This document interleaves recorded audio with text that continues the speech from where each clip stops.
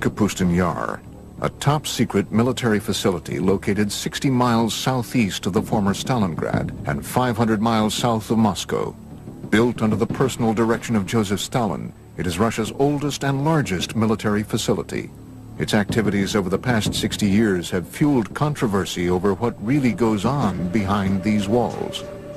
Kapustin Yar, or Vladimirovka, as initially it was called. It was, and it still is the first Russian space range. I am Vladimir Semenov, and I was with KGB for 26 years. Kapustin Yar, everything was top secret. It was nothing there not secret. I am Sergei Khrushchev's son and former Prime Minister of Soviet Union Nikita Khrushchev. Less than a year after the Roswell crash made headlines around the world, many believe that this Russian base may have experienced a landmark UFO encounter and crash of its own. June 19, 1948, early evening. According to reports, Kapustin Yar's air traffic controller sees a strange object appear on his radar screen. At the exact same moment, a MiG pilot about 10 kilometers downrange from the base sees a large silver cigar-shaped UFO directly in front of him. He radios back to the base that he's being blinded by a bright light. A Russian pilot encountered a UFO in 1948 and tried to attack it with extremely unfortunate results for both. The pilot was blinded by rays of light emanating from the UFO. It is believed that under direct orders from Soviet Air Force Commander-in-Chief Zagarov, the pilot engaged the UFO for almost 3 minutes before launching a missile that was finally able to bring the object down.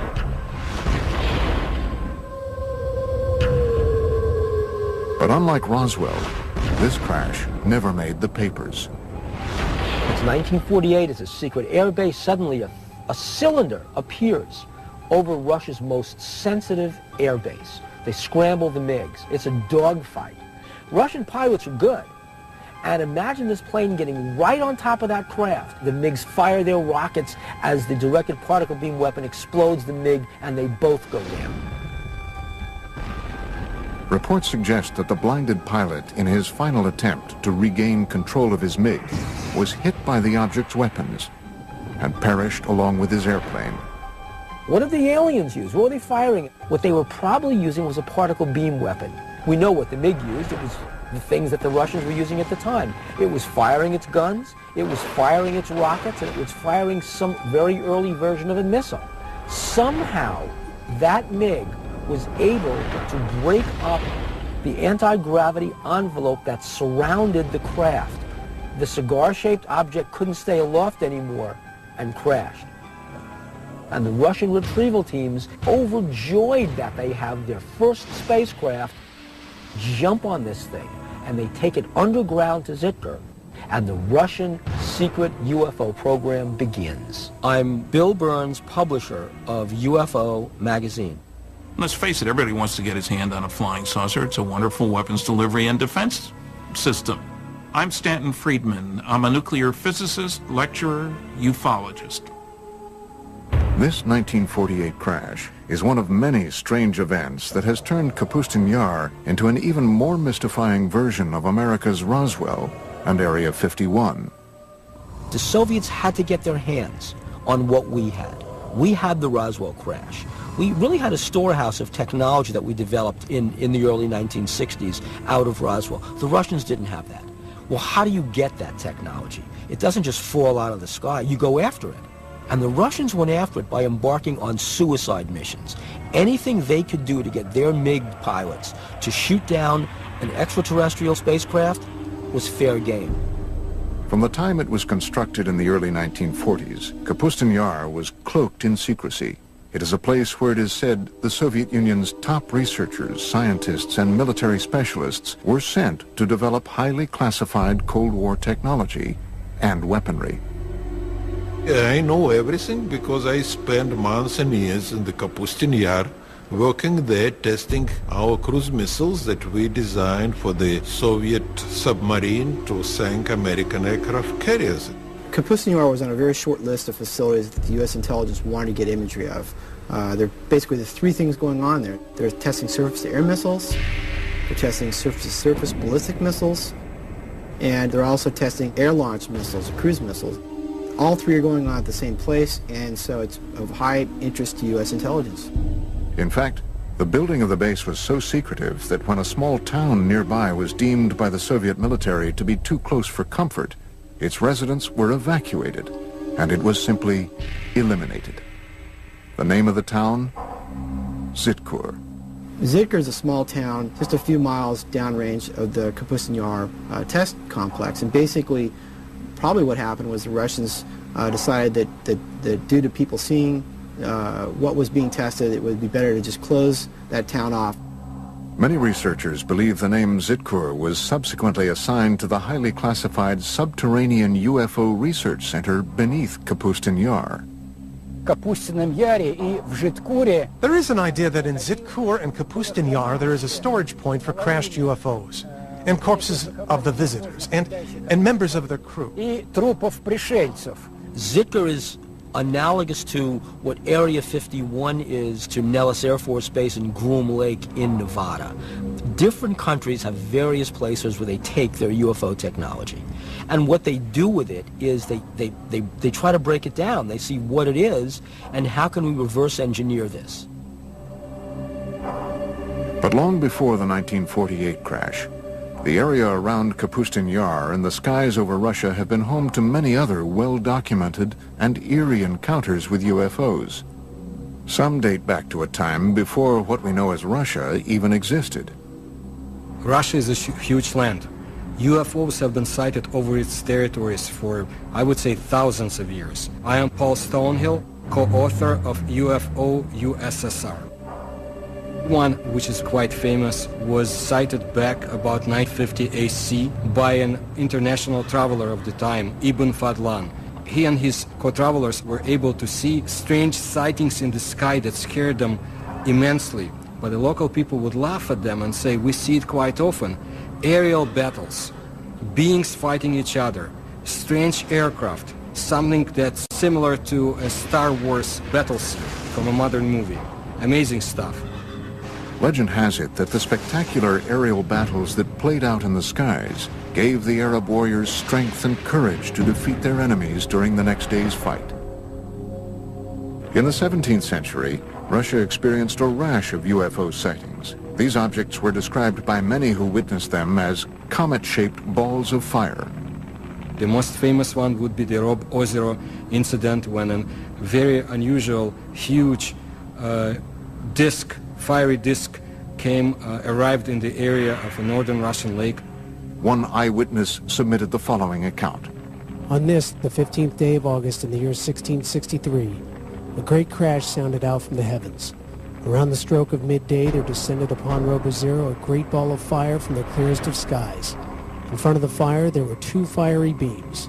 It went from south to the west and was about 500 meters away when it vanished. But once again it returned, staying over Robo Zero for 1 hour and a half, filling all those who saw it with a great dread. This documented account goes on to detail fishermen scalded by the burning lake, along with glowing fish that flung themselves onto the ground to escape the looming fireball. Stories like what they saw over Robo Zero were common in pre-revolutionary Russia and outside of Russia in Europe. When we speak specifically of sightings on the territory of the Soviet Union, percentages are very high, more than 50%, that these UFO sightings would be some sort of fiery, sphere-shaped UFO.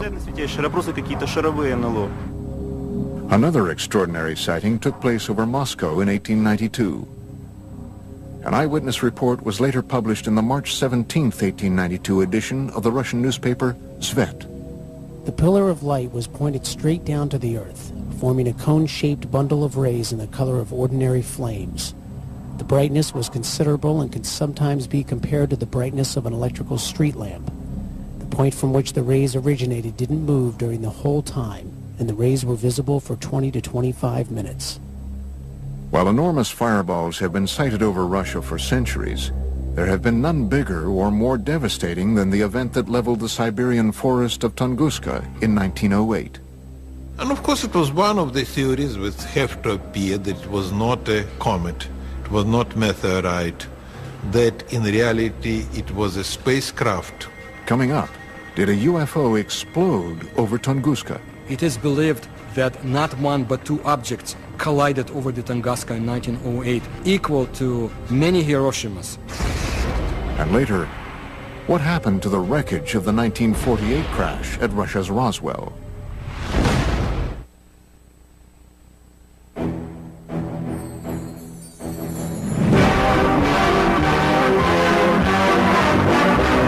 Hurtling through the solar system, a streak of cosmic dust strikes the Earth. Commonly, these meteors are vaporized by friction in the atmosphere. This is part of the story of one that wasn't. A meteor that landed in 1908 in Siberia with the destructive force of a cannonball. June 30th, 1908, approximately 7 a.m. The tranquil forest of Tunguska, Siberia, was rocked by a deafening, earth-shattering explosion. The explosion packed the power of a 40-megaton hydrogen bomb. Large trees snapped like tiny twigs as the explosion decimated the dense forest. The effects of the blast were felt as far away as Western Europe and were at first believed to have been caused by a giant meteor smashing into Earth. My own personal conclusion is that that was Mother Nature showing off, if you will, but that there was no intelligence behind what happened there. It wasn't a rocket, it wasn't a bomb sent to let us know that aliens are watching you, Earthlings. Literally a catastrophe from outer space. Yet UFO researchers say if this devastating explosion was the result of a meteor, why were there no craters found in or around Tunguska? It is something scientists to this day have had trouble explaining. This was, let's call it an explosion, although some people call it an implosion. Whole kilometers of the taiga forest were destroyed. The event itself caused changes in the magnetic field of our planet. The academic establishment is of the opinion that the Tunguska event was simply a meteor, but there are many facts that speak to the idea that it was, on the contrary, rational guided flight. It made a turn, which is something that a natural object or meteor could not have done. What was it that could have done that level of devastation and not leave a crater? Modern-day UFO researchers were not the first to suspect that the Tunguska event was the work of something other than a meteor. Reports suggest that Stalin believed the Tunguska blast was the result of a UFO that had launched some sort of experimental weapon. Stalin was interested in the acquired information to determine whether UFOs presented an immediate threat to the Soviet security. That's why he used some of his top scientists to give him an assessment. Scientists like Korolev studied UFO materials. Sergei Korolev, one of the Soviet Union's most celebrated scientists, would go on to become the father of the Russian space program and the man responsible for Sputnik. Along with Stalin, he was determined to solve the mystery of Tunguska. These observations prompted him to finance an expedition to the place where the Tunguska event happened. Sergei Korolev used his own money to send an expedition to the Tunguska area in helicopters. Korolev never met with Stalin. There was some researchers who was looking to prove that Korolev really met with Stalin, but they didn't find any record. Stalin presumed it really could have been a spaceship. He wanted to find the fragments of that ship, put it back together, and recreate the object for military purposes. Initially, Korolev found that many of the physical scars left behind at Tunguska were still visible. But the most shocking discovery came in the form of radioactive metallic fragments found at the site. Debris uncharacteristic of any asteroid or meteor. If you go along the flight path of the Tunguska object and continue past the crash site, you reach an area that Russian ufologists call the Devil's Graveyard. It's a 300 square meter area where not a single plant grows and animals die. It also has a higher than normal radioactivity level. This is a result of what might possibly be a radioactive metallic fragment from the crash. The radiation levels were there. I mean, meteors don't come down with that level of radiation. So one of the stories is it was a mothership that detonated. It is believed that Korolev privately told Stalin that the incident at Tunguska had indeed been caused by a UFO, fragments of which were still scattered around the area. However, in his top-secret official report, Korolev is said to have told a much different story. The official party line, Tunguska, was the result of a giant meteor. The whole point was, if the information serves the bureaucracy, good. If it doesn't exist.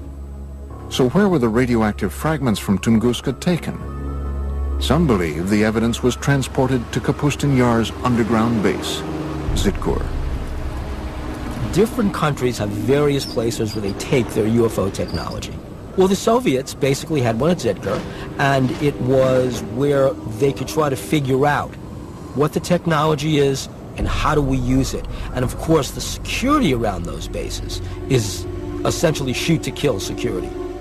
Was Stalin's team of scientists inside the underground lab of Zitkur using UFO wreckage to advance their fledgling missile defense and space programs? They had a couple of people, men, at the top of their program who really pushed the space program. I'm Fred Kulik at Caltech. The head of the space program had direct connection to Stalin and later Khrushchev. In their quest to acquire UFO technology to beat the Americans in the space race, it has been reported that top Soviet military officials ordered MiG pilots to shoot down UFOs as far back as World War II, a time just before the Russian Roswell crash of 1948. So that gives you a two-pronged concern about UFOs. One, you want the new technology to top the other guy's flying technology. And two, we need to be on the alert for new stuff from them.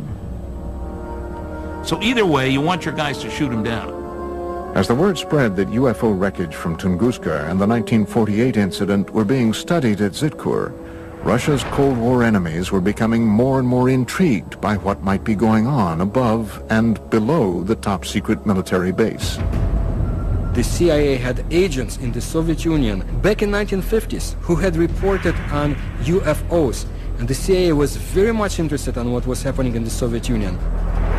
Coming up, shocking, never-before-seen U-2 reconnaissance photos of Kapustin Yar.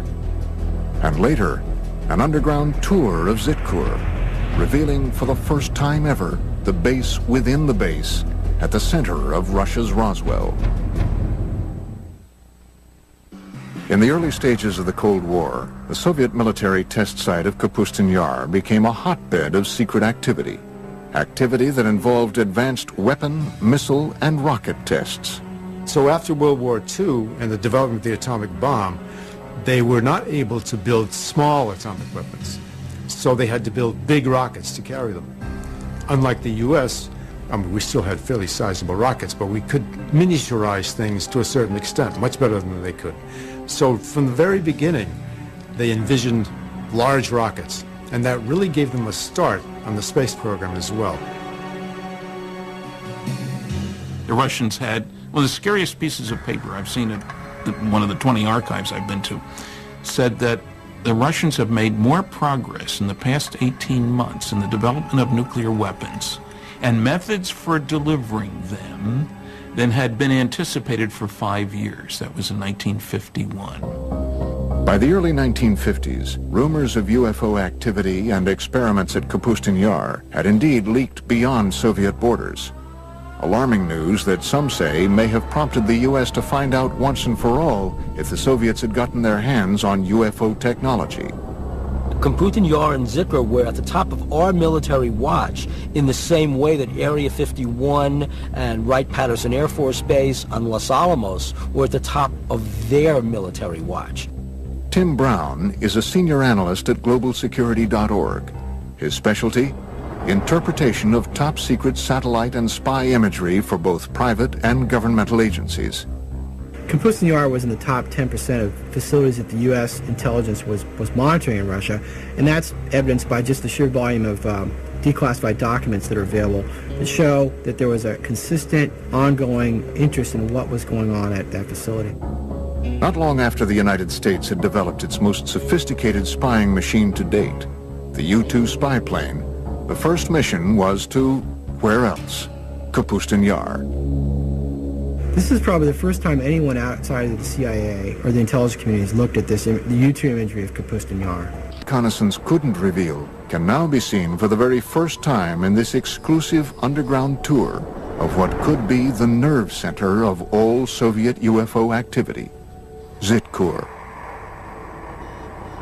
Based on reports and drawings from Russian UFO expert Anton Anfilov, seen in the West for the first time, this rendering is what might possibly be the first glimpse ever of this secret cryptic facility a quarter-mile below Kapustin Yar. Let's say that you get a chance to go down there to the most secret Russian UFO laboratory. It's not glorious, high-tech, and brightly lit. It's dank, it's dark, and it's dingy. It's Russian. It's extremely compartmentalized. It's like an underground shopping mall, except inside the mall are all these rooms where there's exotic technology being taken apart and put back together. In this hub, they're doing autopsies on alien bodies. In that hub, they're reconstructing an engine. Then you've got these fantastic Rube Goldberg machines. What they are machines to test various components, and then finally you come upon these huge underground hangars. And what you're struck by is that there are no airplanes in the hangars. There are these long, cigar-shaped, cylinder-shaped craft in various stages of disrepair because they've crashed. And they're going to try and reverse engineer these. That's what you'd see at this base. Is this the secret location where the wreckage from the 1948 Russian Roswell crash was taken, along with fragments from the Tunguska UFO? I cannot deny rumors of the so-called captured UFOs. The Soviets tried to recover lost fragments of their secret tests, and it would be convenient to them to say, yes, UFOs is something that we captured, a UFO is in our hands, but why would they keep the secrecy on the subject of UFOs so tight? And did this heavily guarded experimental facility specialize in reverse engineering designed to destroy the United States? If Kapustin Yar is where you're doing your advanced development work, rocketry, aircraft, weaponry, laser weapons, all this kind of stuff, where you need high security and a good setting for your scientists and major computer facilities, then you'd expect that that's where they'd be doing their UFO, advanced UFO research, not UFOs 101. UFOs 404. It's just natural to do that. And of course you'd have underground bases. You'd have protection against intruding aircraft. You'd be looking out for the U-2s. Another mysterious aspect of Kapustin Yar are the many strange patterns on the ground. Did Stalin and Korolev strategically arrange these patterns to attract UFOs to the base? Some researchers believe the Russians may have borrowed this idea from ancient civilizations, whose pyramids are said to have been constructed in geometric shapes and patterns designed to attract inhabitants from other worlds.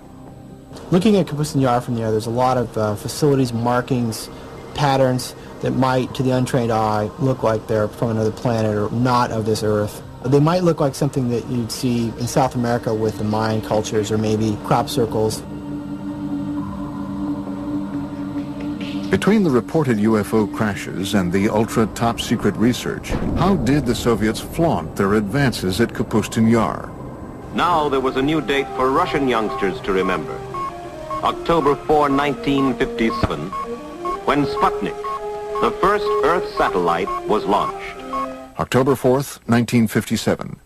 The Soviet Union's space program successfully launches the world's first artificial satellite into orbit. In the history of the Earth, no other event had captured the imagination of so many people as this first step into space. 4 years later, the Russians once again beat the Americans by launching Yuri Gagarin into space in the first manned flight to orbit the Earth. 2 feats that put the Soviet Union way out in front in the ultra-competitive space race. We are the first, and all next steps in space for, I would say, for nearly 10 years, Soviets was ahead of the United States. First man into space, first woman into space, first walk into space, first rendezvous in space, first docking in space, and so on and so forth, until 1981 when the shuttle was launched. I'm sure the Russians have done their darnest to reverse engineer anything they can get their hands on, whether it's American or German or alien. Coming up, relive what many believe to be a spectacular UFO crash at the actual site in a village near Kapustin Yar. I don't recommend that we stay here any longer. It's already harmful. Let's leave here and go to some place where no unknown forces can act upon us and influence us. And find out exactly what the KGB knew about dogfights between MiGs and UFOs at Kapustin Yar as we open the mysterious KGB Blue file.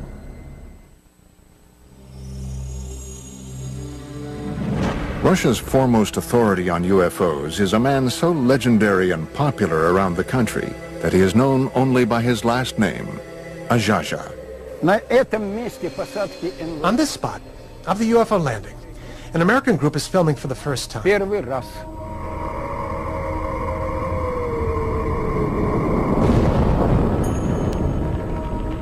was very popular at the peak of the UFO activity in the Soviet Union. It was late 60s, 70s. At that time it was not permitted, but not restricted to talk about this. Azhaja invited the History Channel on an exclusive tour of a reported UFO crash site not too far from the site of the Russian Roswell crash of 1948. For that, I have to stand there, on that particular corner. Using two copper rods, Azhaja begins the tour by testing the ambient energy that the crash site still emits today.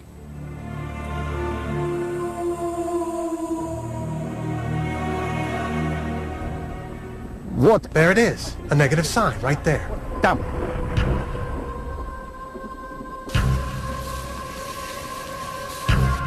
Вот туда. Down there, that way.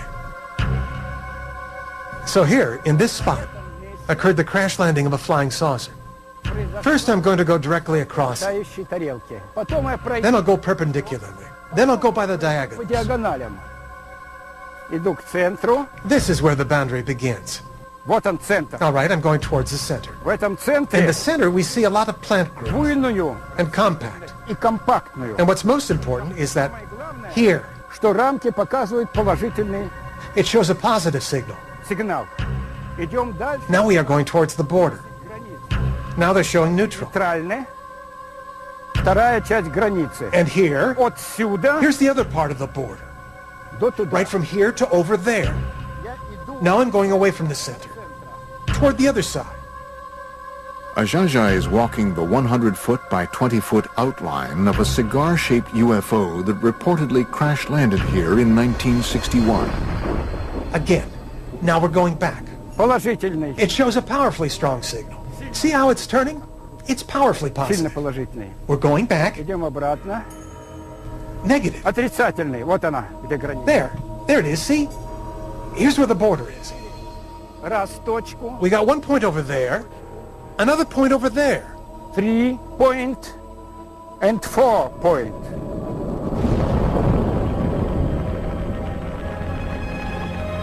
Animals avoid this place. They go around it. Cattle don't graze here. Yes, there is unknown energy, which, as experience shows, affects people in a negative fashion. Изменяется пульс. Изменяется пульс. Your pulse changes. Возрастает сердце. The heartbeat changes. You grow short of breath. You begin to sweat. Дольше оставаться. Okay. Потому что это уже вредно. I don't recommend you stay here any longer because it's already harmful. Там, где на нас не влияют. Come on. Let's leave here. For a normal place, where no unknown forces will influence us and act upon us. Azhaja's account of this UFO crash was supported by a resident of adjacent Shodnya village, who upon seeing Azhaja, told her account of seeing the crash out of her window, which overlooks the site from less than 200 yards away. Примерно часа 4-5. Well, it was 4 or 5 in the evening. It was later in the day. And suddenly my mother screamed. She said, "Hey, look at that. There was some kind of ball, a sphere that flew by." And then she said, "Oh, it's probably a flying saucer." And it was a big, fiery red sphere that flew by. The sphere went over there, past the train tracks, and went down into the valley of the river Skunya, right down and over the river. Experts like Ajaja believe that UFO events like this crash, as well as the 1948 Russian Roswell crash, caused a Pandora's box to open over Kapustin Yar, leading to what some have called a war in the skies over Russia. Pilots would often receive orders from the ground to defend their airspace and shoot down UFOs. Other times, the UFOs would go on terrifying attacks. What intrigues me about the Russians as much as anything is apparent dogfights between UFOs. And I've read several accounts of that, several of them having dogfights. Perhaps the most compelling evidence of encounters between Soviet MiGs and UFOs over Kapustin Yar comes firsthand from the most celebrated of all Soviet test pilots, Marina Popovich. A national hero, a cosmonaut, perhaps the Chuck Yeager of Russia. She says that she witnessed actual battles between Soviet pilots and UFOs.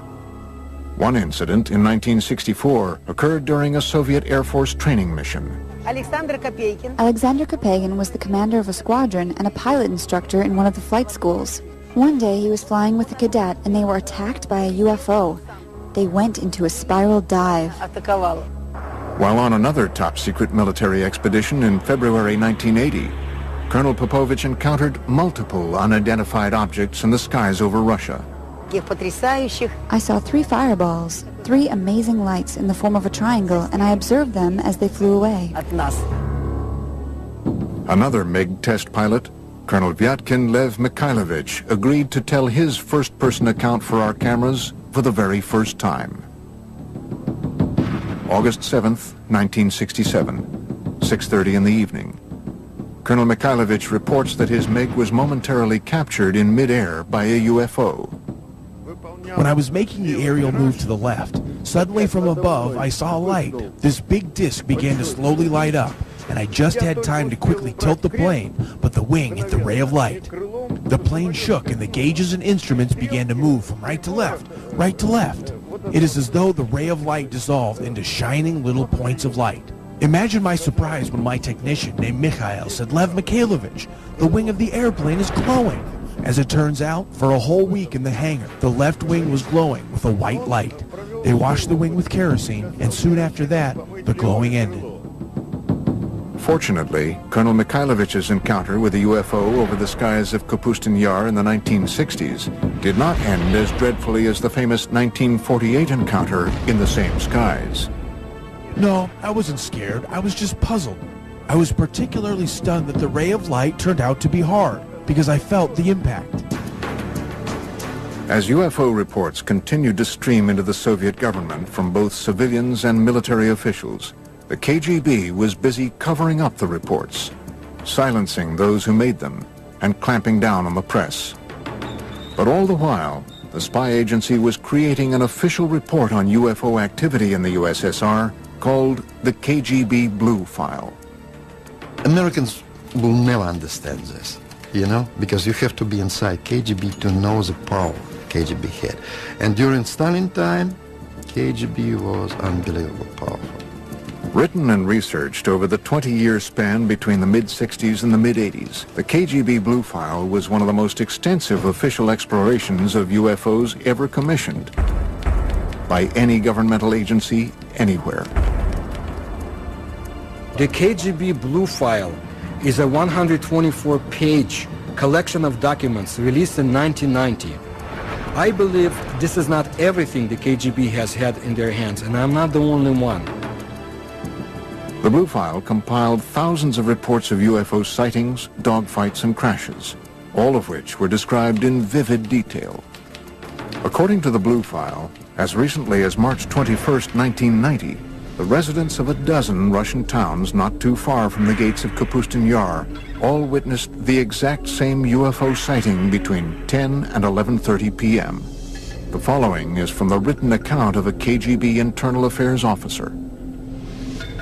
After obtaining more exact information, it was established that a rather large number of residents in nearby cities became eyewitnesses of a UFO, and in several cases, 2 UFOs.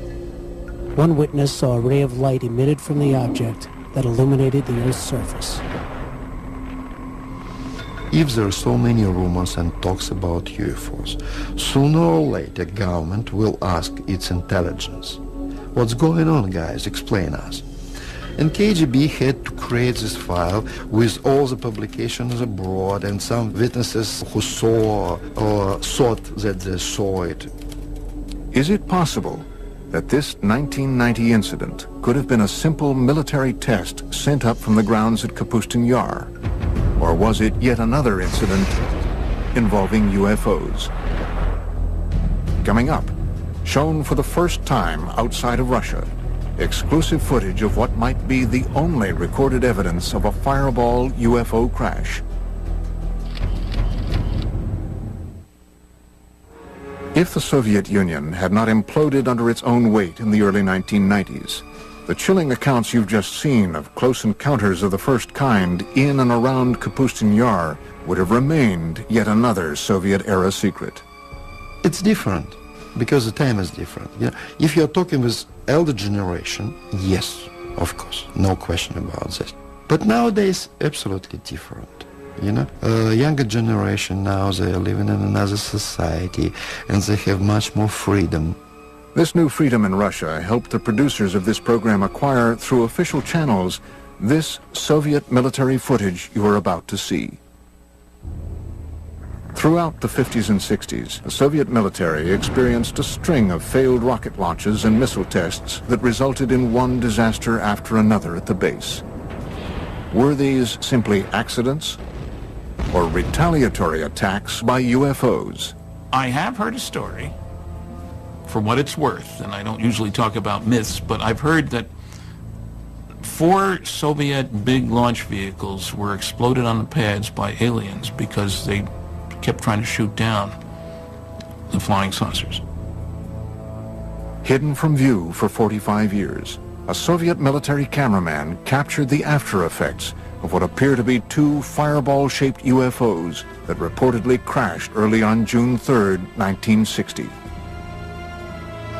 From what we can determine, not a single person outside of the Soviet military and KGB has ever seen this footage. 3 Red Army firemen are seen running from this massive fireball, which, according to reports, continued to expand, causing other massive explosions in the area for over an hour.